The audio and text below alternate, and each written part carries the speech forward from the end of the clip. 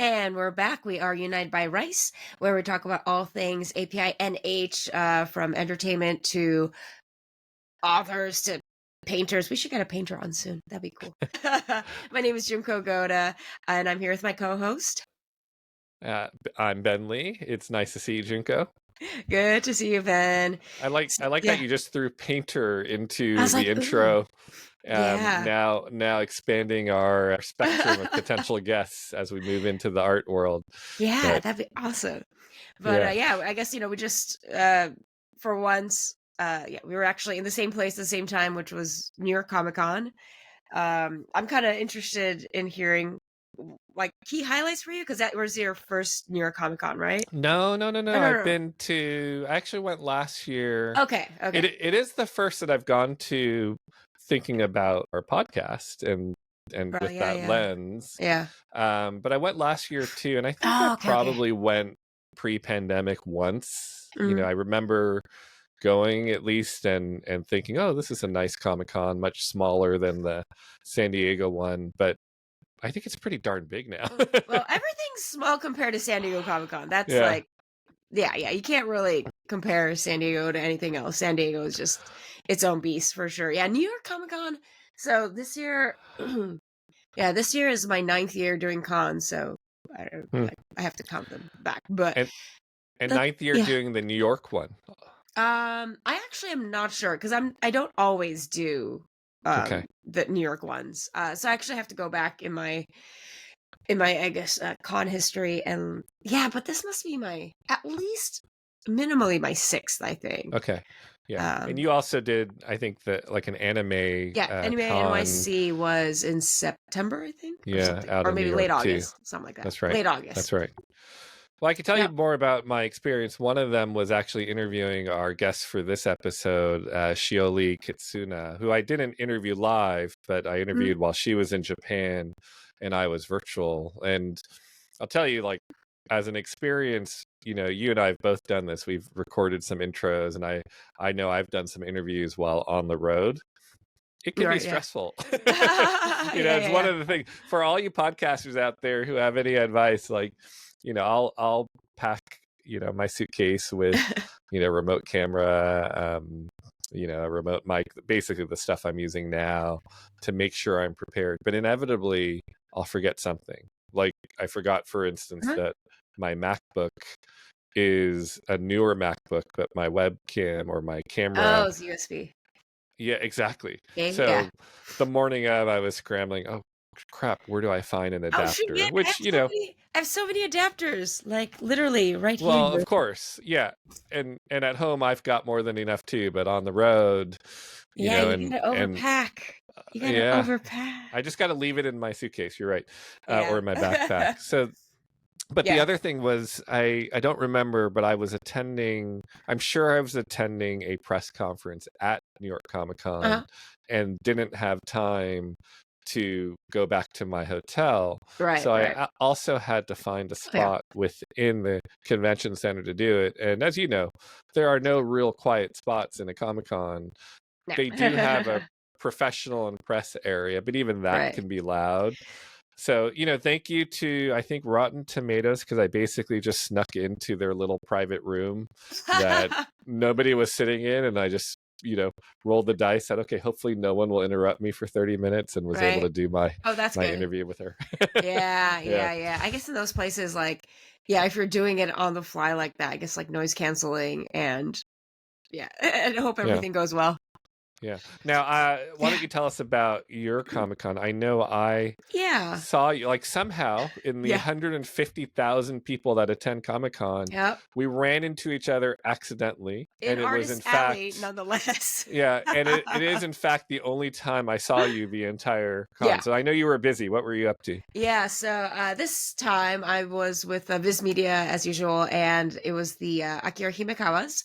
They are the manga artists behind, I guess they're most well known for the Zelda series. So Nintendo had commissioned them a very long time ago, maybe like 15, 20 years ago, to create the manga version of Zelda. So that's where their notoriety comes from. And footnote, everyone, my throat's a little weird, so you get a weird sounding Junko today. But yeah, so they are just coming out with their original title called Kamudo.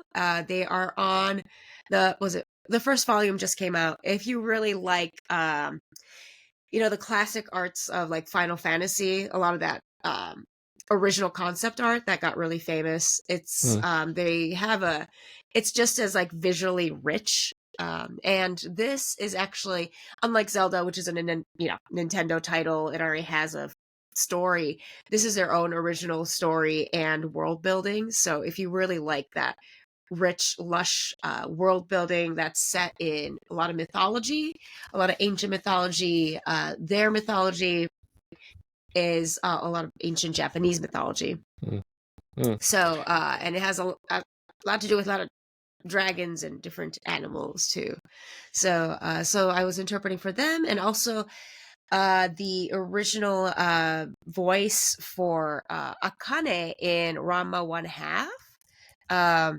And I like, and yeah, her name is Hidaka, or that's her last name. Noriko Hidaka is her name. She's quite famous, like all of us. Like, I think if you're in your 50s and below, like you grew up with her voice, kind of thing. Super nice. So we had a panel, a couple signings at Comic-Con, and and I try to walk around Artist Alley. I did have some friends there, as always. Like, shout out to Bernard Chang. He's a DC artist, and he always has a table there. So I was visiting, and then because the artists, the Himekawas also were walking around Artist Alley, and that's when I bumped into you. That's when I saw you. Yes, that was kind of wild because if listeners, you have not gone to a Comic-Con, much less the Artist Alley section, it's just like a sea of people.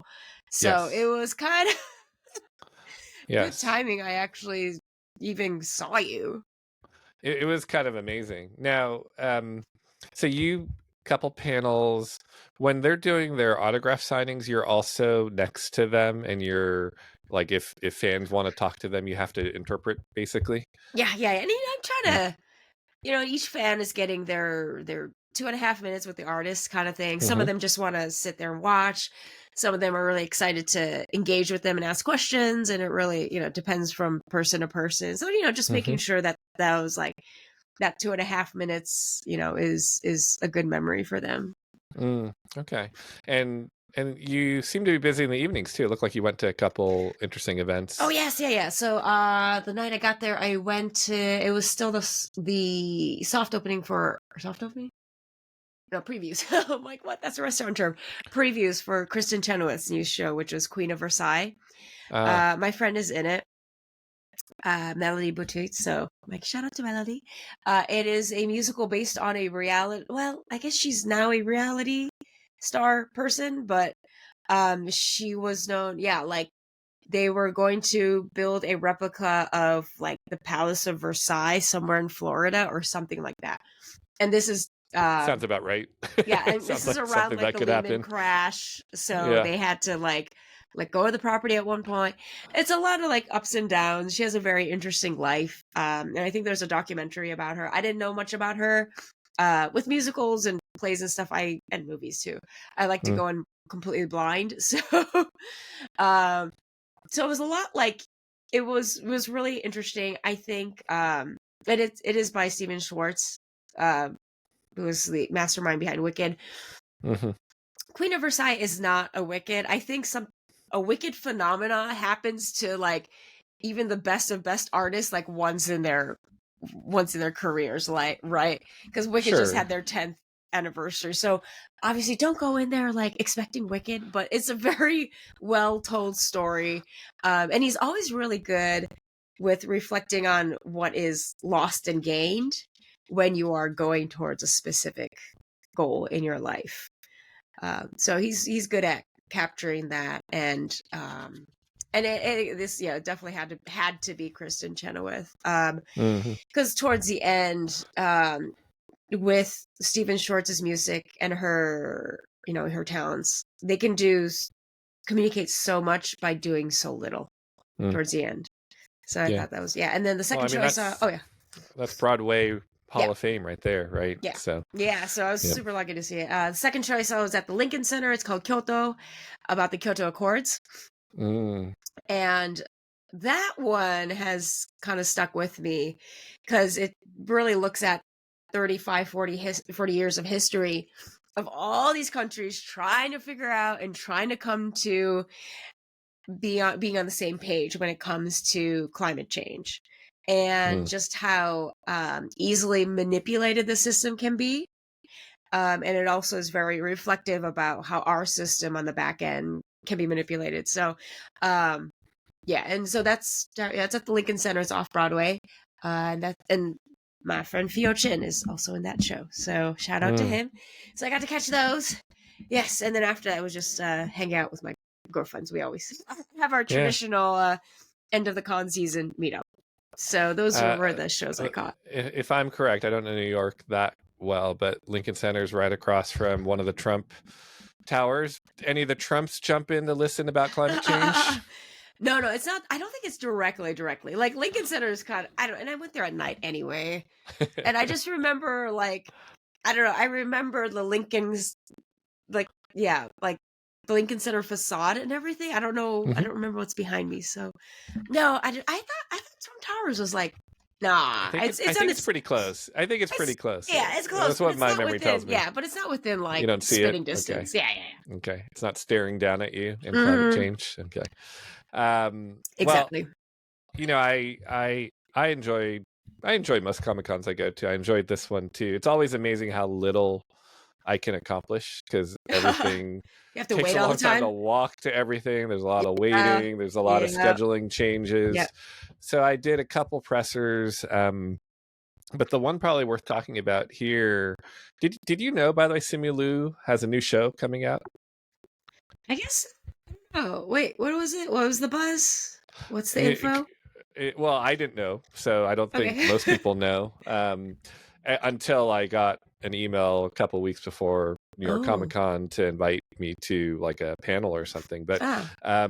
he's got a show called The Copenhagen Test coming out on Peacock. Huh. And it's a spy thriller. He's the star. And so in the process, and this is how the press stuff works, it's like, oh yeah, I'd like to go and I'd like to come to the presser.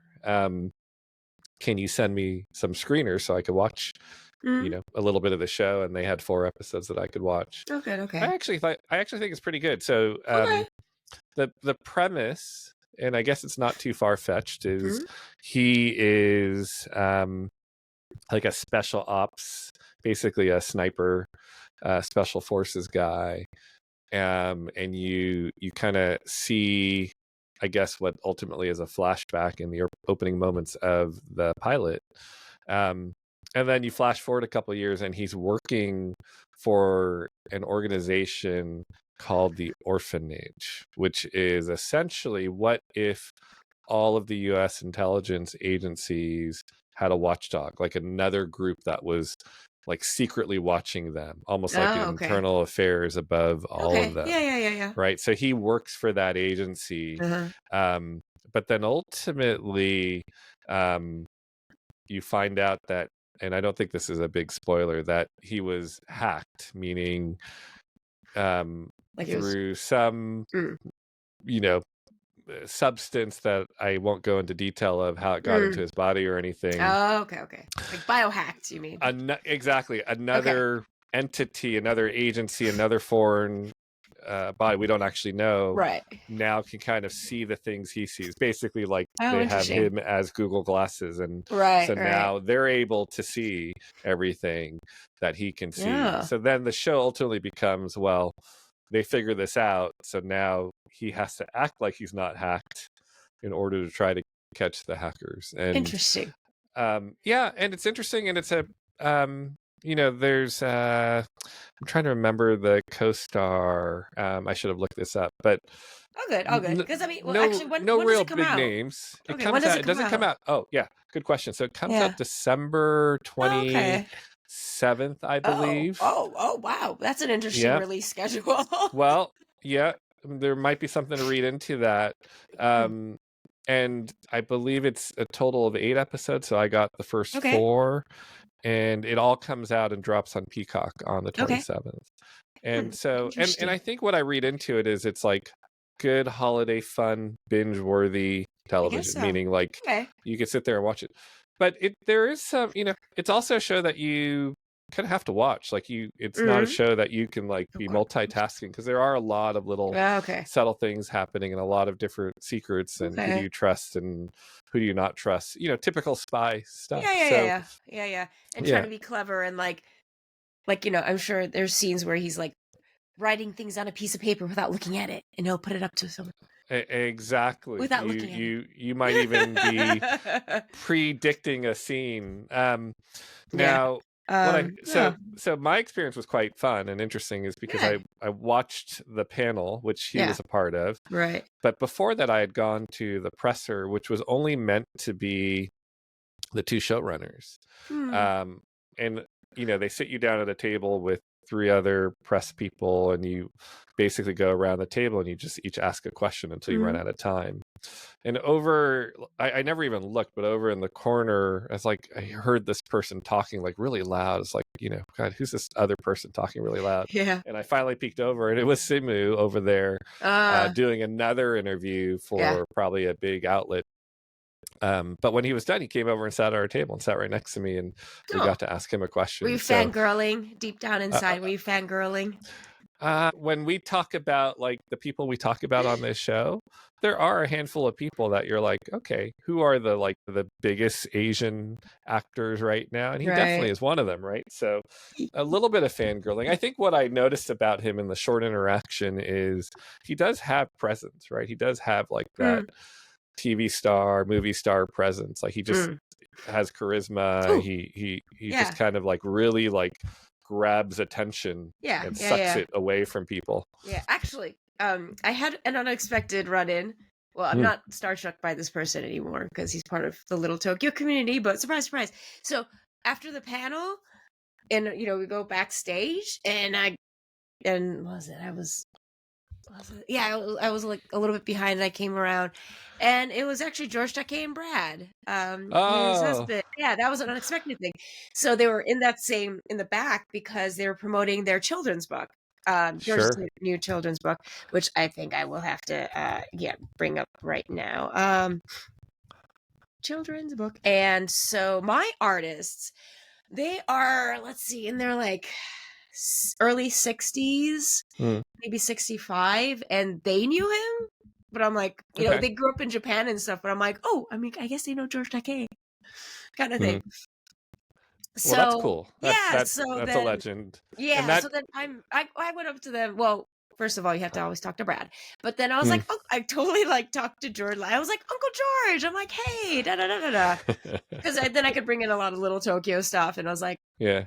it was, yeah, a different thing. And I'm like, hey, and these are my guests that I've been interpreting for. They would love to take a photo with you. So it was very yeah, it was just all, yeah, and that's the fun thing about Comic-Con. You don't know who you're gonna bump into. Like I did see Arden in Oh, there's sure. a so on the floor, I think most cons with where the autographs are, there's usually a green room.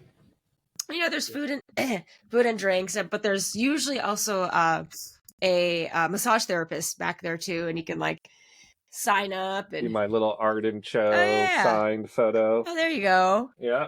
Yeah. Yeah, yeah. So I kind of like talked to her for a quick second, but yeah, again, New York Comic Con is just one of those things where you never know like who you're gonna bump into. Oh, and George Takei's book is My Lost Freedom, and it's Okay. out from Penguin Random House, and they will also be actually at the Shibuya Kinokuniya bookstore, which is that famous like 9-story bookstore. They will be there in November as well in person, doing an appearance for their book, their Japanese translated version I feel like you're as well. stalking him then, because aren't you going to be in Japan in I know, November? yeah, but I'm not going to be in Tokyo at the same time. Okay. Well, that's a cool run-in. Yeah, that is the fun thing about Comic Yeah. Cons, because there are the people that you kind of plan to see, but then you'll just see Oh yeah. people that were kind of Yeah. And I there think, that you didn't know were there. yeah, and I think especially me because we're running around the backside so much. Okay. Yep. Yeah. So we're going through the back end, and like, yeah, like Matt Smith would pop out. Yeah. And Yeah. like the people I was with like have no idea who he is, but I'm like, oh my god, I love your work and whatever it was. He's like, Yeah. thanks, and so just Yeah. those moments. I guess to stay on the Asian theme, the other person I met that I had I guess I have a man crush on is the guy that plays Roddy Ho in Slow Horses. I don't know if you Oh watch Slow yeah, yeah. No, Horses on I've been Apple. actually catching up today. Yeah, yeah. Um, he's literally like Christopher Chen. Not like he has a very Christopher straightforward Chung. Chris Chung. Chung. Yeah. Thank Yeah. you. Yeah. Yeah. Yeah, thank you. Sorry. I forgot that Roddy Ho isn't his real name. Yes. No, Yeah, Christopher yeah, Chung. yeah, yeah, yeah. Yeah. No, and Oh, so he was there too. he was there because actually Slow Horses did a panel. I don't know why. Like it's not a very Comic-Con-y type of show, I guess, but no, it is a Comic-Con show because they were at the awards last year. Yeah. But oh, he actually, was another Asian person is Jim Lee, DC Comics. Oh, of course. Jim Well, Lee. yeah, you're going to see him at all the big cons, of course. Yeah, well, he just happened to be finishing up a signing. Okay. So just like the timing was right that he was done, and I was like going in the back, and I was like, hey, because he had come by during San Diego Comic-Con 2 years ago, I think, for the Junji Ito exhibit and stuff. And his whole family loves Junji Ito, so he's royalty. Nice. You should get him to draw you something, and then everything he draws. Like it's one thing. These artists, I'm sure you know this, but like those top Marvel and DC artists, they can draw something in like 30 minutes or less, and then sell it like in a live auction in front of them for $1,000 or more, and it's just like printing money. It's amazing. It is, but that's how so for example, like Viz's panels, they'll have a live drawing. And that live drawing is given to a fan in the crowd. But one of the key things, for example, is that it has to be personalized, or else people are going to sell it. So it always has to be personalized. So like that's one of their. A lot of companies will have those rules. Like sometimes you might want to get your like social media handle as a sign, and sometimes like that can be a little gray, so they can get very, very strict. The bigger the artist, the stricter they will be with like that they have to be signing the licensed product, and a lot of times fans don't know that they purchased a non-licensed product. So it has to be a licensed product, and it has to be personalized, so it doesn't get auctioned. That stuff, like dude, I've been in red carpet lines for like anime voiceover actors. I've literally seen someone, those Funko Pop boxes, right? They just take the figure out, they flatten the boxes, they have like 5 of the same thing, flatten them out, and they're just like during their red carpet line, they're just like trying to get the actor to I have my little Funko collection too. Except like they like compress it, and they try to get the actors to sign as many as possible. Because it's not personalized, and then they can just turn it around for a profit. So those are some things like I've like grown to we could talk about we could talk about the shady autograph business a whole nother episode for sure. But the but like I think maybe to describe to people who haven't been to a Comic-Con, like there is this big autograph signing area, like it's about the size of a football field, it feels like, and it's just celebrity at a table and long lines, and like Arjun Cho as an example, I think people waited in her line for 4+ hours to get her. Do you know autograph. how much her signature was?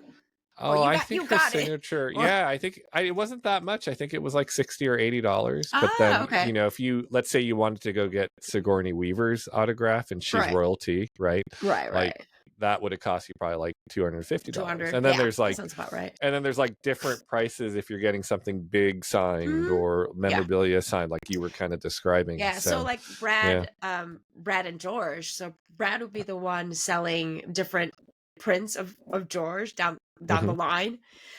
So you're already, purchasing a product at that point, plus the autograph kind of thing. So he's always managed that stuff. But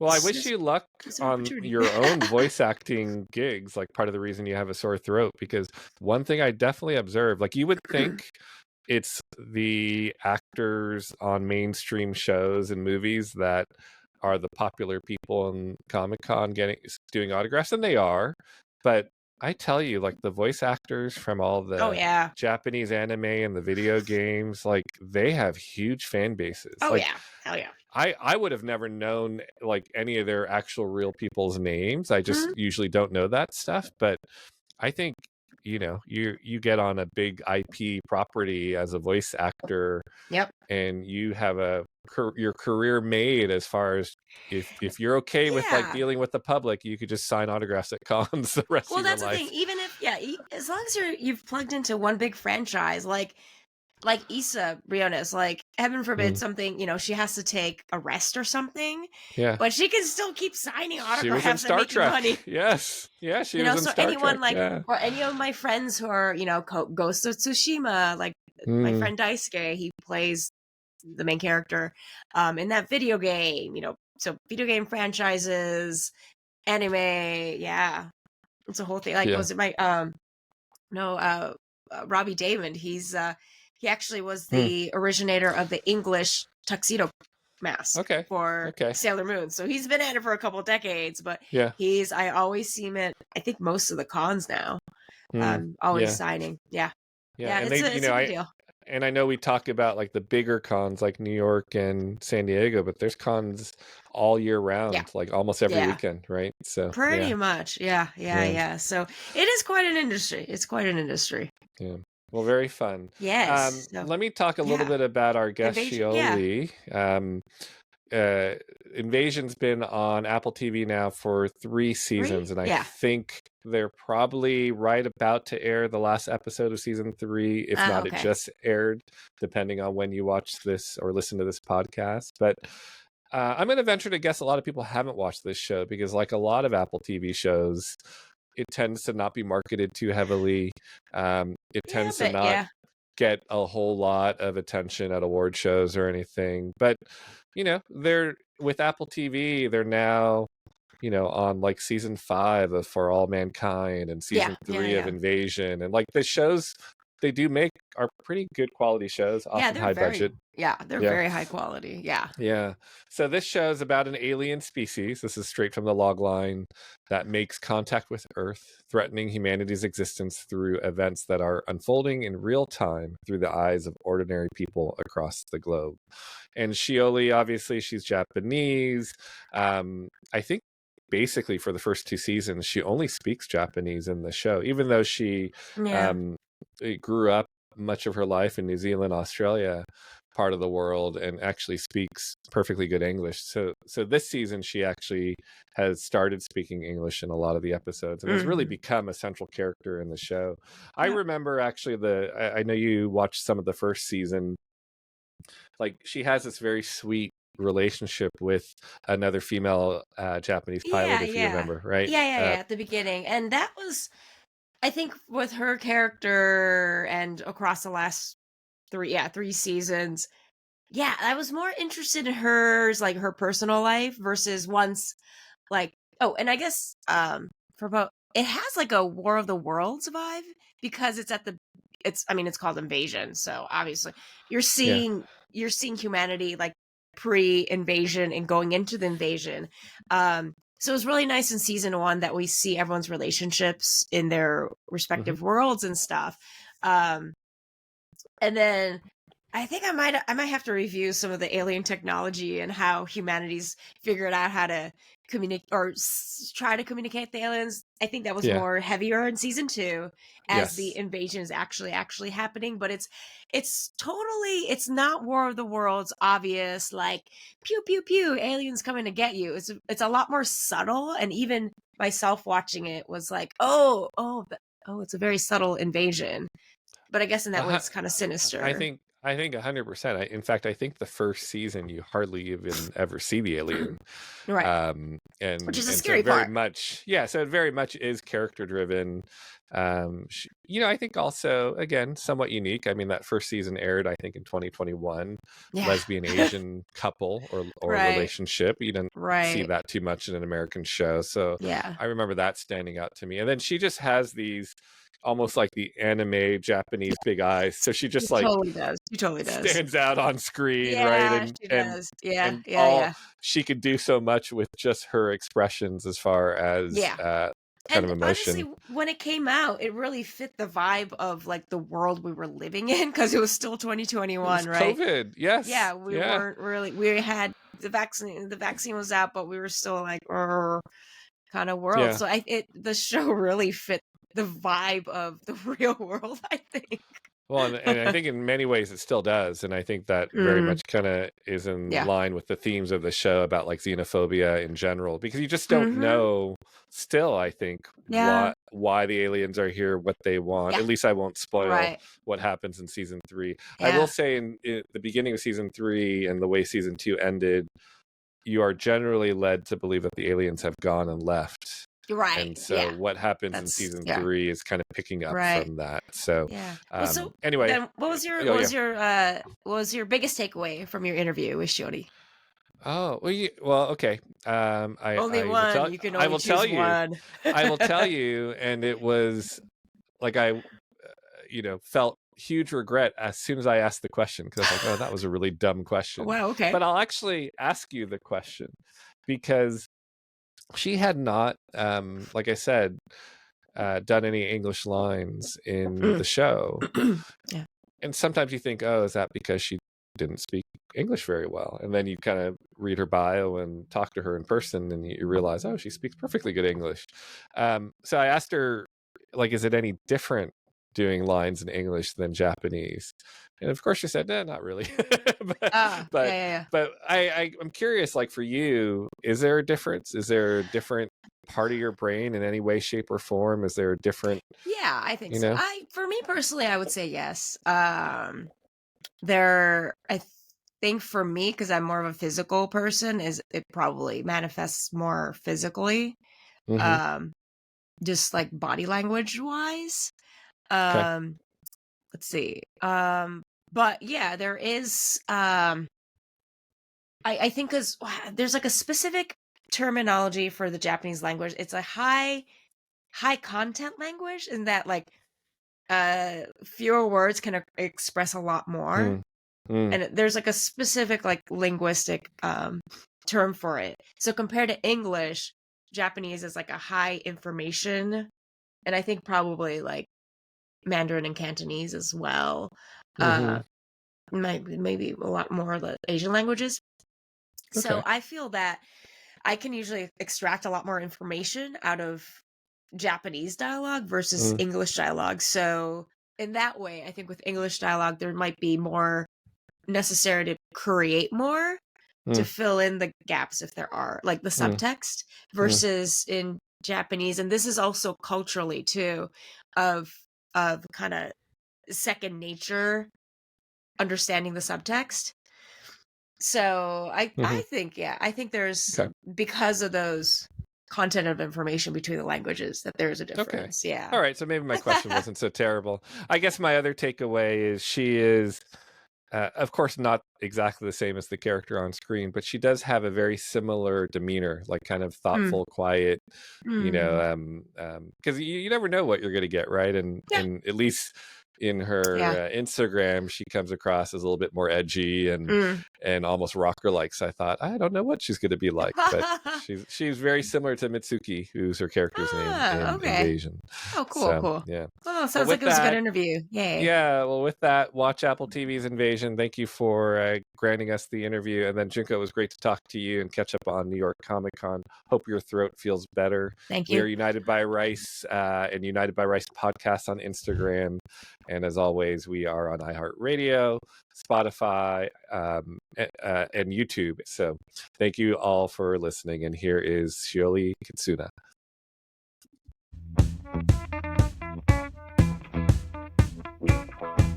Hi, Shioli. How are you? I am good, thank you. Well, my name's Ben. I'm with a podcast called United by Rice, which is a very Asian themed, as you could probably guess, podcast. And we like to really feature storytellers, actors, filmmakers like yourself on the podcast. I'd love to actually go back to the beginning of Invasion, and my understanding of your career to this point had been mostly Japanese productions in Japan. How did this role even come about? How did this opportunity for this big Apple TV show come about? I auditioned for it, and there were, like most, multiple audition processes. But the unique thing about this audition was I did it in both languages, Japanese Mm. and English. But yeah, that's how I got the part. Up until that point, had you felt like getting these type of roles where you get to be in a non-Japanese production was getting difficult, or do you think there's something about the way the TV industry is changing that allowed this to happen?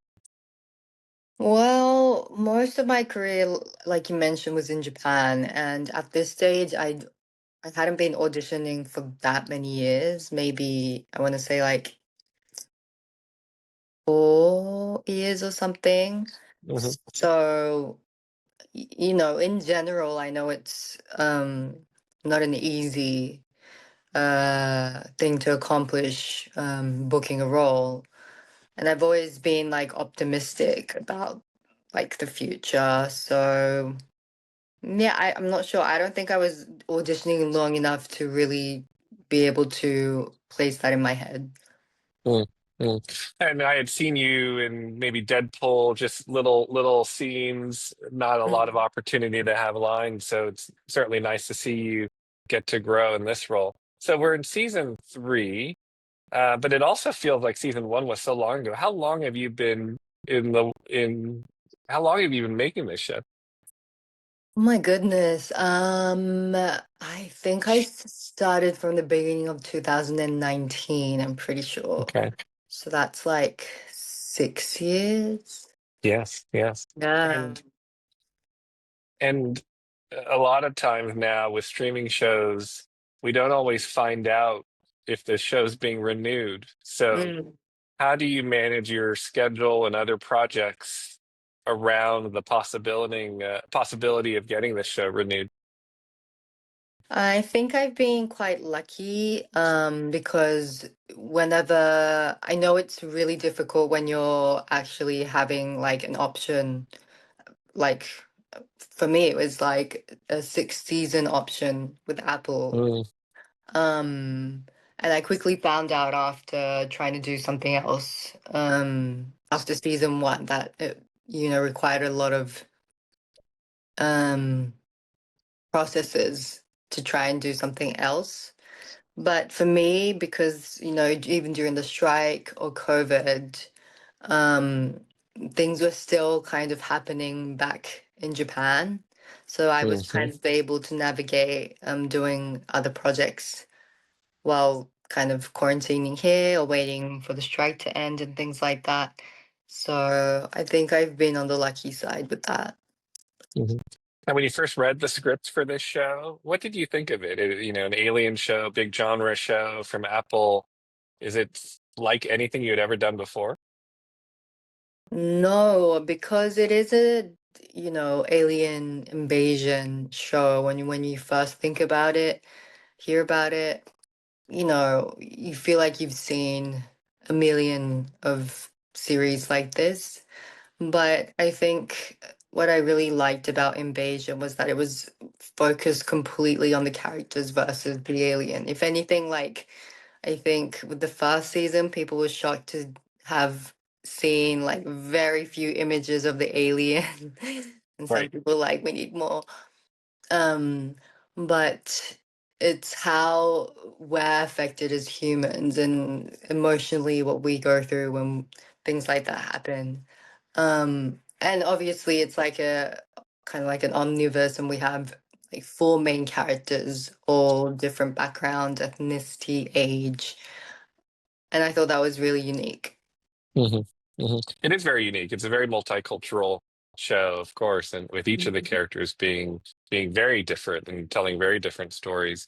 Um, I feel like season one for you was very much like a love story. Can you Mhm. talk about how, your character has grown and evolved from seasons one all the way now to what we're seeing in season three? I think I'm trying to think what publicly is available, but I think we're, 3, 4 episodes in at least. And it feels like it's almost your show now. So I'd love to hear more about your evolution. Thank you. Honestly, season one was one of the hardest experiences I had in taking on a character. One, because it was very emotionally demanding. And I had very few time to spend with my lover, which was Hinata. And so I kind of had to really be prepared and do a lot of prep work with that. But then COVID happened and there was like a 6 month break. But initially, I didn't know if it was going to be 6 months, 9 months, or a year. And because it was such an emotionally demanding character, I was very scared to let go of the emotions, even after I got back home and I was quarantining. And it was very mentally draining because I was holding on to this as I'm trying to live life in this actual life where we're experiencing something crazy. Um, but yeah, we got back in production in 6 months, and I was really scared if I still had the same feeling I had from 6 months ago. Trying to adjust to that. I think that was very difficult. But yeah, season 2, 3, I really, really liked 2 because it was her season where she has like an awakening. She has almost like a oneness experience, and where she's able to realize something so much bigger than her. I'm into that stuff. So I was really honored that I was able to kind of represent that part of the message of the whole entire series. And then season 3 is just like all the other casts. I'd met them, some casts I'd met them if we were shooting in the same country, but we never had scenes together. And we were so eager to get together and actually act together. So it just felt like the family was finally meeting and we were all kind of bringing the craft together for this new season. And you talked about a couple things. One is, some of this is kind of reflective of how you feel and how you believe.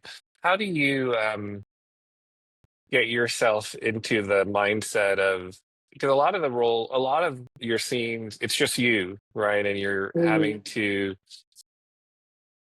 for us, we're seeing you connect with a sound or a voice or an entity. As an actor, you're probably just seeing a green screen of some kind. So what's it like to do those parts or those scenes, and is it challenging? Thank you for bringing this up. Yes, I've I've learned a lot of tricks along the way.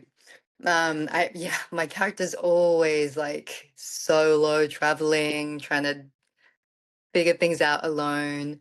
And I think the preparation with production has improved as the seasons, um, continuing. Because season 1, it was like a tennis ball. There was no other guide. And then season 2, I had a lot of scenes with like this kind of liquidy alien entity. And I didn't have that actual figure on set, but they were able to provide me with like this LED screen. I think they also needed it for light reflection on my face, but the LED was basically the same color as the final visual of the alien. So I was able to kind of see how ethereal it was going to be, and it really helped. And then season 3, the next episode, I think it's coming out today. I have like a full episode with this new type of alien, which is like moving on ground, and I go on a journey with this alien. But I had this amazing, I think he called himself like a puppet actor. I'm not sure, but there's this amazing guy called Keith, and he specializes in like playing aliens or weird creatures and stuff like that. Mm. And he had all these gadgets that he'd made over the years, and just was able to give me a guide. So that was very helpful. Mm. One of the things we talked about this briefly earlier, one of the things that killed me as a viewer watching an Apple TV show is sometimes the season ends and you don't know if it's going to be renewed and you're going to see it again. And I remember loving the first season. You talked about, though, that it's more about maybe the human connection and less about the aliens, especially that first season. What was the audience reaction? And because in some ways, audiences like the old school style alien, alien things running around and scaring and jumping out at people. Did people react to the show? What's some of the responses that you feel like you got about the show and your character? I mean, they love Mitsuki, and I'm thrilled. I hear so many opinions about like they really love how unique her character is, because I think they hadn't really seen like a female, maybe Asian character portrayed in that way. So yeah, I was absolutely happy about that. As far as the show, I'm not sure. I don't really have any. We've never had interactions with or like premieres or anything like that. So, and I don't really read reviews. So I haven't actually had any chance to really hear the audience's view. Mm. Now, what was your own personal belief around the concept of aliens or creatures from another planet prior to coming onto this show? I believe there must be, Mhm. some aliens out there. Like, you never know if you are one. And yeah, I do believe in spirituality as well. I think Japan is a country where people don't reckon we're very non-religious um country, yet Mhm. people are very spiritual in a way, because we still have all these traits and rituals we do in daily life that we don't realize. So I do respect a lot of these things, but I think I was only able to realize how unique that our culture is after shooting season 2. And so it was kind of like my character and myself, we were on like a kind of parallel journey with these kind of realizations. So yeah, I don't know, it's really interesting. Has anything about your perspective on either, aliens or just spirituality changed since the start of this show through now? Because obviously the themes are so powerful in this show around them. Yeah, I'm not much of like the purpose of the alien has been revealed yet. Um, so yeah, I still don't know what the final, if there even is a final message that they want to put out with the aliens. But then, yeah, I have, through my character, seen the beauty of like all living things connected, and that there is like I don't know how to say it in English, but like a higher, not a voltage, but like there's always a higher sense than what we usually think we're able to access and things like that. So I think that's something that my character taught me. That's lovely. Well, your character, Mitsuki, has gone through so much already, like profound loss, love loss, and transformation. As an actor, what part of her character coming into season 3, or I guess you're done filming season 3, so even through season 3, do you enjoy doing the most and really challenges you as an actor the most? Um, oh, sorry. Please repeat that again. I was. Sure. I'll ask it more simply. Your character's gone through so much. You've had to Mhm. show grief. You've had to show action. Mhm. You're such a multidimensional character. What parts of Mitsuki do you enjoy playing the most? Oh. Um, hmm. That's a really good question. I do think it's definitely the emotional connection with the other actors. Yeah, it's always that's what, doing a scene alone is fun as well, but the beauty of acting, and I think what happens on set, um, you can prepare as much as you want for a character, but your co-star would always take you to somewhere so unexpected, or you both were able to bring something out of the other actors, and that's natural because we're, a living being with emotions, and we're handling something so raw and alive. And it's always like magical whenever that happens, no matter how many projects or years you experience acting. And so that's always going to be something I enjoy the most. There's a very quiet yet powerful aspect of Mitsuki. And in talking to you, you seem quite similar in those ways. What parts of her character do you relate to the most, and what parts are least like you? Yeah, definitely. Yeah, yeah, that's true. I feel like I do carry a lot of her aspects as well. Um, yeah, I feel like I always do have like a contained, Hmm. but like a calm kind of energy within me.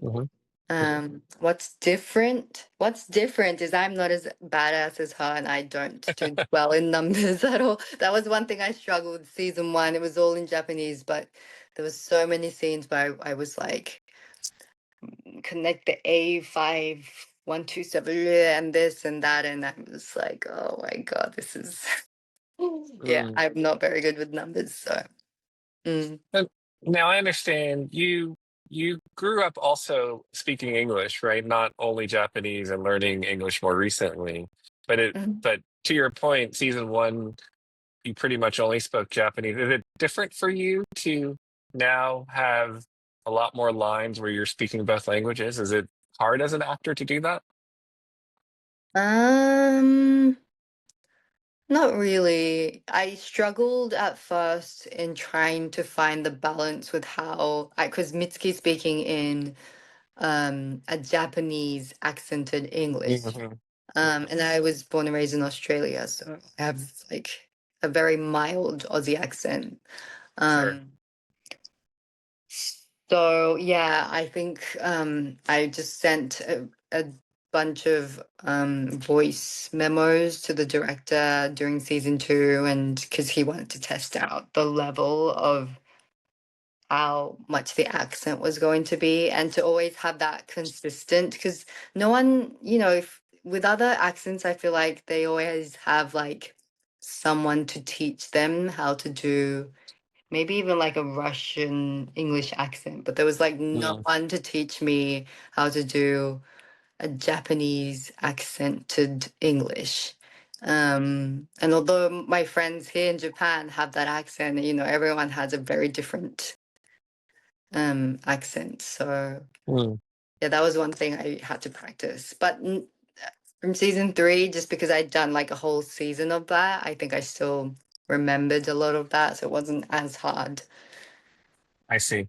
Now, without spoiling too much in the current season, there is at least one scene where you just go into like a violent rage. And is that how do you prepare for a scene like that? And is it hard to um, get out of the mental space that you're in when you're doing something like that? Yeah, I guess because she's so contained, Hmm. sometimes it takes a little bit of like a harder push to really get her to like go bonkers like that. Um, but yeah, I think it's initially a lot of the scenes aren't written in, the series. It's a lot of like prep. So yeah, just doing prep for that. Um, yeah, what was the other question again? Yeah. Well, that you answered it. I think you answered it well. Like, how do you? Is it if you're putting yourself in a tough mental space? Is it hard to unwind? Do you have to, go home and cuddle with kittens or something to feel better about yourself? Yeah, I guess it's always tiring. Like, as an actor, you're not always able to, no matter how much in your own personal life you try to be positive with good energy and things like that, you always have to welcome something else as an actor to play scenes like that. So you do feel kind of empty when you're home, but I think everyone has a different way to cope with it. But yeah, for me, sometimes I'll have like a sip of alcohol. I don't drink much, but it's just like a little bit, or just trying to, switch out the Sure. mood and vibe. Yeah, Yeah. I do the same. So, well, I, the show's done well enough to have been renewed all the way through 3 seasons. But for folks that haven't watched it yet, again, it's not just your regular alien show. Like, how would you describe it to someone and to encourage them to watch it, especially in terms of how it reflects maybe today's difficult times? Mm, I would say because we have such a multicultural cast with different backgrounds, I think you'll always be able to find one character that you may relate to, and be on a journey with, watching our series. And yes, it is a very character-driven series. Um, yeah, just simply like you mentioned, for me, we carry the same issues or anxiety in our lives right now, and I think our show may be able to ease that or entertain you or Mm, have a realization. So yeah, I would love for everyone to watch it. that's great, and we'll encourage it. Lovely to talk to you. On United by Rice, we always ask everyone one last easy question, which is, what is your favorite rice dish, especially when you're just craving something that feels like home? Oh my God. That would be curry rice. Ah, I love Yes. Japanese curry. It's the best. Yes. Thank you so It's so. much, Thank and good you. luck the rest of the season. So nice to meet you. Nice to meet you too. Thank you, Ben.